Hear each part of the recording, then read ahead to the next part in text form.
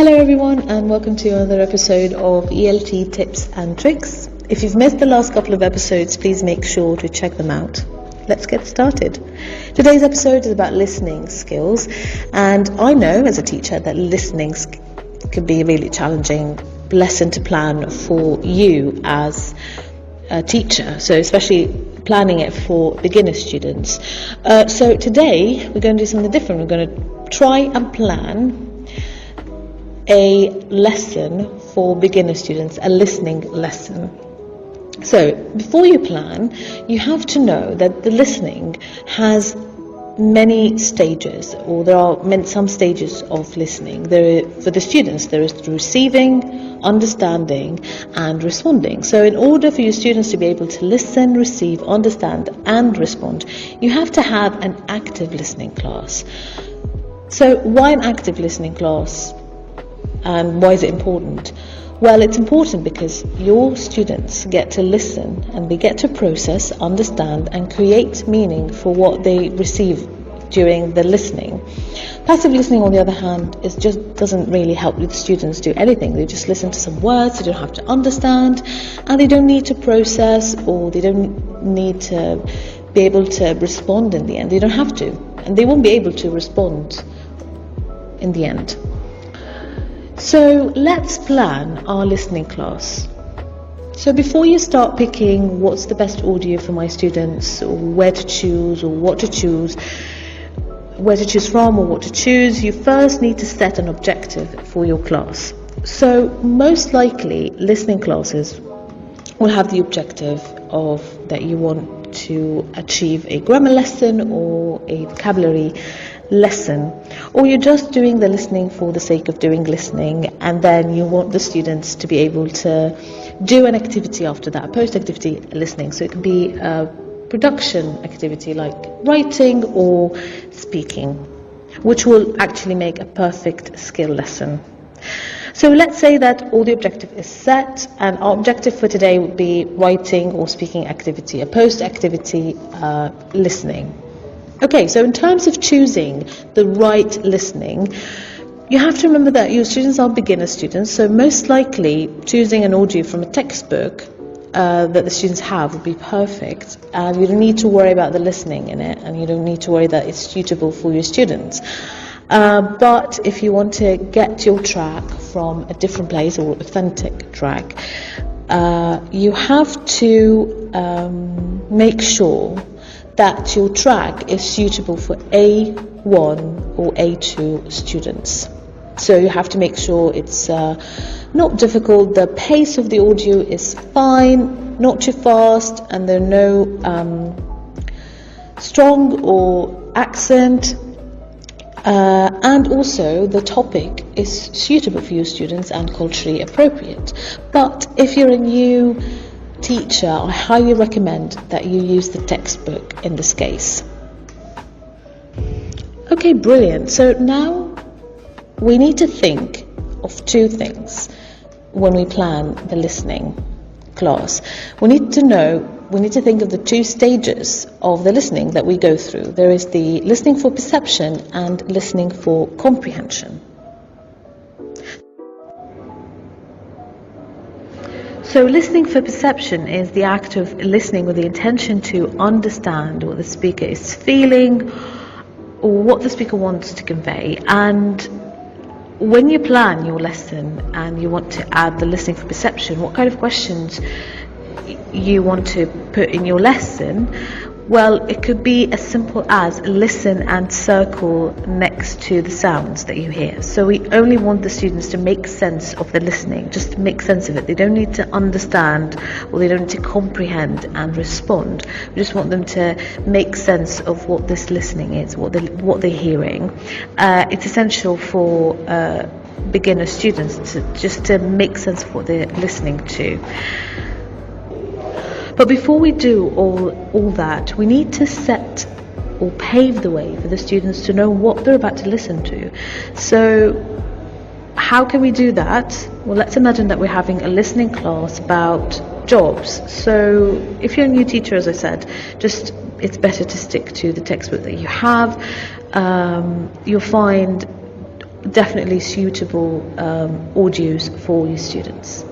So let's say, as I said, that we are talking about jobs. You enter the class and you want the students to listen and do the exercises. So it's impossible just to put on the track, let the students listen and then answer. You most definitely won't find any answers from the students. You need to just take it step by step, and the first step is to introduce the students to your context, and your context today is about jobs. So let's say you enter the class and you ask students, okay, question, what's your favorite kind of job or what you want to do when you graduate?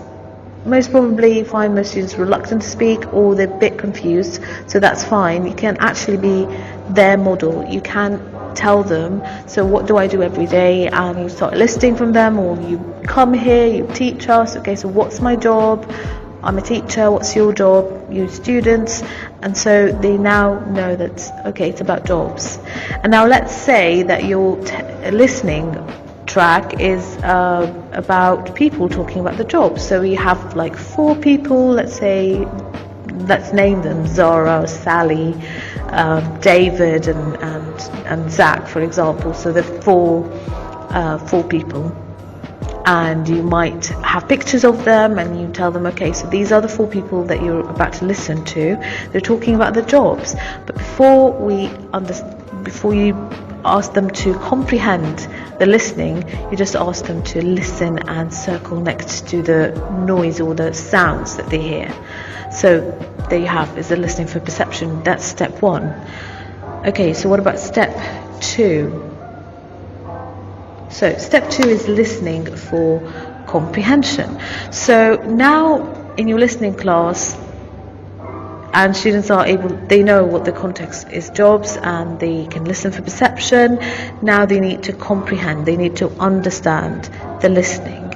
And this is when we plan the lesson plan, we call it like listening for gist and listening for specific information. So listening for gist is listening for the main idea, and the listening for specific information so students can identify specific info. Okay, great. So in this next stage, you allow your students obviously to listen again, and it's important that you allow your students to listen more, not once, twice, and maybe 3 times, a maximum 3 times, I'd say. But listening for 1 time, and you ask them to write or to answer 3 or 4 questions about the listening, that's not just teaching them listening, you're teaching them to, it's a memory test. So it's impossible for any student, not just the beginner students, it's impossible even for advanced students. So you allow your students to listen, and you allow your students to read the question they're about to answer. So if we're talking about main idea questions, of course we want them now to understand the content, the main idea of the audio. So before you do that, you ask them to read the question. What kind of question? For just, any questions that has main idea. So tick next to the title, or match the ideas with the speaker, or rearrange ideas. So all of these are general understanding of the listening, the main idea of the listening. Okay, so when they're done with that, you guide them to the next question. Could be a specific information question. What kind of questions? Well, it could be like a table and they fill in information. So you have now 4 people talking about the jobs. So it could be a table with their names, and let's say that Sally said that she's a school teacher, so they write down school teacher, for example, the name of the school, and when she goes to work, when she finishes work, and so on and so forth. This is a really good example of specific information question.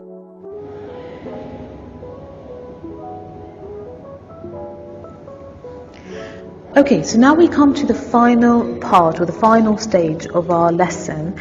So students now were able to listen for perception and comprehension, and our goal of this listening was for students to be able to write or speak after the listening. So let's say that the students will speak about their parents' jobs or their brother's jobs, or they're talking about jobs that they know. So whether it's their brothers or sisters or parents, and they, for example, talk to a friend about that and they exchange information.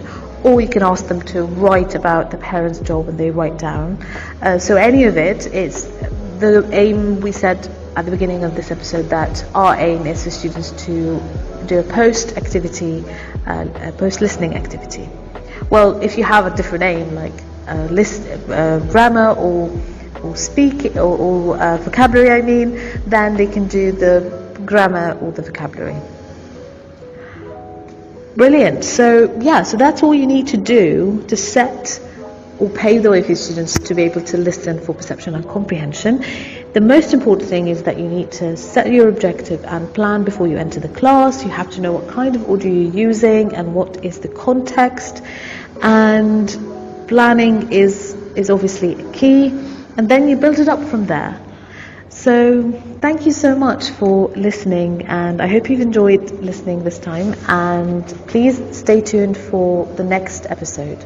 Bye.